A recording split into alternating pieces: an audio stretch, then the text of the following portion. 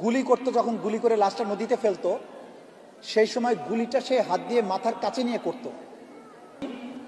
গুলি করার পরে নিহত ব্যক্তির মগজ এবং রক্ত ছিটে এসে যখন তার হাতে লাগতো, গরম লাগতো, তখন তার মধ্যে ফিলিংস আসতো। আমি লম্বা বক্তৃতা দেব না। আগামীর বাংলাদেশে যে অপরাধী শুধু জুলাই গণহত্যা না, এর বাইরে অনেক বিচার পাওনা হয়ে আছে, সেই বিচারের একটা গল্প বলি। একজন আসামি আছে যার ব্যাপারে আমরা তদন্ত পেয়েছি যে নিজের হাতে মাথায় গুলি করে 1030 জন মানুষকে সে হত্যা করেছে, যাদেরকে আয়না ঘরে বন্দি করে রাখা হয়েছিল। তার একটা নেশা ছিল,